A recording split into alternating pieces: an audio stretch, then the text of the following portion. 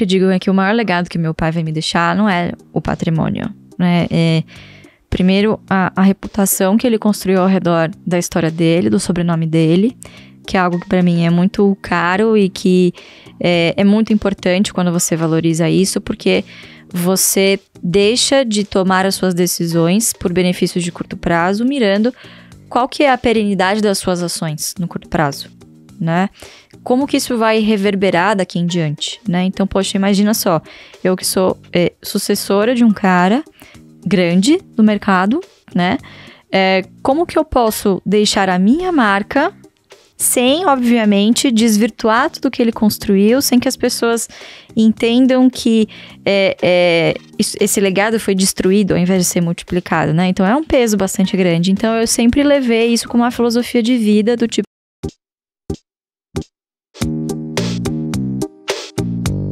Passado, né? De novo, né? Eu tive a chance de conviver mais de perto com meu pai, né? E ele sempre foi uma pessoa mais introspectiva, mais fechada, mas quando ele fala de ações, ele se transforma. Então, ele sempre teve esse ar professor alto, porque ele foi professor. Uma das 4 profissões dele era também a de professor universitário. Ele deu aula de formação de preços, de um monte de coisa, de um monte de temas econômicos. E acho que foi a ponte que ele tentou construir entre nós, entende? Porque ele sempre me disse que ele tinha uma grande preocupação, que era, eu não nasci com um pai rico, você nasceu. Como eu passo esses valores pra você, do tipo, como despertar em você a vontade de vencer na vida, né? Sendo que você já tem boa parte dos desafios superados que eu tive que superar sozinho, mas que você não vai precisar passar pelas mesmas dificuldades que eu. Né? Então, obviamente, não quero que você passe por dificuldades, mas eu não quero que você pense que a vida é um mar de rosas, que é simples. Então, acho que muito disso também, a simplicidade que a gente viveu, né, foi muito importante. Então, ele sempre tentou me passar desde criança que, sim, temos dinheiro, temos uma vida muito confortável, mas não é assim que a banda toca, não é você vai esfalar o dedo e você vai ganhar tudo que você quer, né? Então, uma coisa que eu sinto hoje de muitos pais da atualidade, uma dificuldade, né? Enfim, pela distância do trabalho ou pelo tempo que ficam afastados dos filhos, tentam compensar isso com presentes, ou até tem aquele sentimento de, poxa, eu não pude ter isso quando criança, eu quero proporcionar ao meu filho. O meu pai não, ele sempre falou, olha, você quer isso aqui? Então, eu sempre dou um exemplo que eu coloquei no prefácio do livro. A gente tinha um combinado em aniversário, datas especiais. Eu só ganhava presente em aniversário, Dia das Crianças e Natal. Nessas 3 datas, né? E eu tinha lá, sei lá, R$50 que eu podia ir escolher meu presente. Qualquer ele que seja. E aí, um belo dia, no meu aniversário de 5 para 6 anos, eu decidi que eu queria uma bicicleta. Meu pai poderia me dar uma bicicleta. Mas ele virou e falou, não, olha, a bicicleta custa mais do que os R$50 que a gente combinou. Mas... se você juntar os R$50 que eu te dava, a vovó te dá, o vovô, a mamãe e tal. Se você juntar o dinheiro que todo mundo te dá de presente nessas 3 datas, no seu aniversário do ano que vem, você tem o dinheiro pra comprar a bicicleta. Olha que legal. Não é muito legal isso? E o quão difícil é você, não é dizer não, mas é como você dizer sim de uma maneira diferente, me dando a impressão que eu conquistei algo. Claro que eu não trabalhei por isso, mas eu tive que esperar. E esse sentimento não me gerou uma frustração, me gerou uma vontade de, caramba, eu vou acumular isso aqui, porque no ano que vem eu tenho um objetivo, eu quero comprar bicicleta. O que acontece muito também, né? A criança tem esse esgoto, quero isso aqui agora. Pum, brinca um pouco e larga. Não, eu queria bicicleta, porque, poxa, demorou 1 ano pra eu ganhar esse presente. Você sabe que o meu pai fazia uma coisa um pouco parecida, eu acho que era pra ensinar como lidar com o dinheiro. Uhum. A gente ia ao supermercado, meu pai, minha mãe, eu e meu irmão, tenho um irmão mais novo. E meu pai dava, sei lá, R$20. Então a gente podia comprar, a gente fazia as nossas compras. E meu pai falava assim, o que sobrar do dinheiro é de vocês. O meu irmão, mão de vaca, ele gastava R$2, R$3 e ficava com todo o resto. Eu gastava tudo. Teve uma vez que eu comprei garrafinha de água. Meu pai falou, mas por que você tá comprando água? Eu falei, não, porque eu quero, o dinheiro é... Não, meu pai ficava louco, falou, esse menino vai gastar tudo que ele ganhar na vida dele, não sabe lidar com dinheiro. E eu acho que pouco a pouco isso vai te ensinando, porque quando eu queria comprar as coisas, eu não tinha grana e meu irmão sempre tinha. Outras coisas, né, que não no supermercado, sei lá, açaí e tal. Eu não tinha grana, mas meu irmão tinha, porque meu irmão sempre guardava o dinheiro que o meu pai dava. Então, eu acho que esse processo tem muito aprendizado aí. Tanto é que você se lembra disso e eu também me lembro até hoje. Exatamente. E muito tem a ver com a filosofia de investimento que ele adotou. Então, eu sempre digo que no AGF a gente não fala de uma filosofia de investimento, a gente fala de uma filosofia que acaba sendo só filosofia de vida. Então, a gente conversa às vezes com muitos alunos, muitos seguidores, e você começa a despertar na pessoa aquele senso do tipo, será que eu preciso, de fato, trocar de carro todos os anos? Ou, sei lá, uma coisa que eu achava que era muito importante. Será que se eu não fizer isso esse ano e sobrar esse dinheiro e eu investir, o que eu vou estar gerando através desse ato? Né? Então, o carro é só um exemplo, mas eu sempre fui criada nesse ambiente.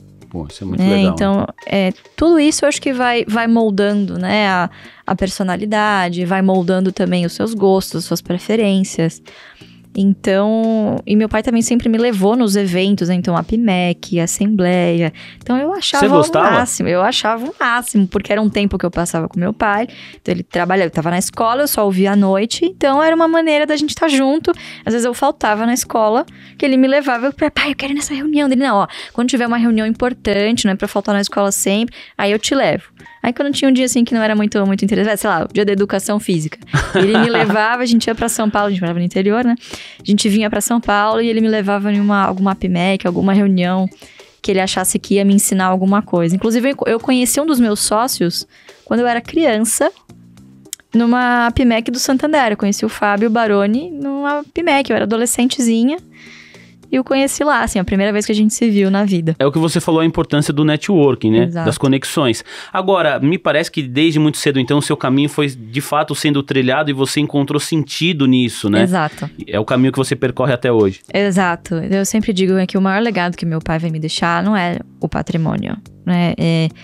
Primeiro, a reputação que ele construiu ao redor da história dele, do sobrenome dele, que é algo que pra mim é muito caro e que é muito importante quando você valoriza isso, porque você deixa de tomar as suas decisões por benefícios de curto prazo, mirando qual que é a perenidade das suas ações no curto prazo, né? Como que isso vai reverberar daqui em diante, né? Então, poxa, imagina só, eu que sou sucessora de um cara grande no mercado, né?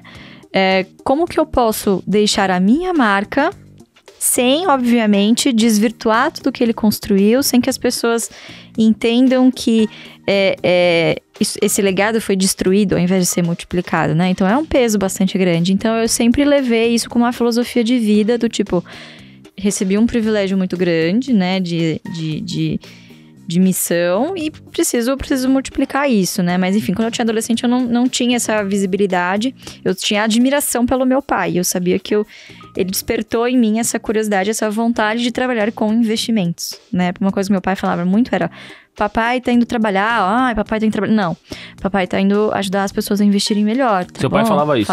Falava isso. Então ele não falava do trabalho como se fosse uma preocupação, ele sempre falava, não, meu trabalho é meu tricô.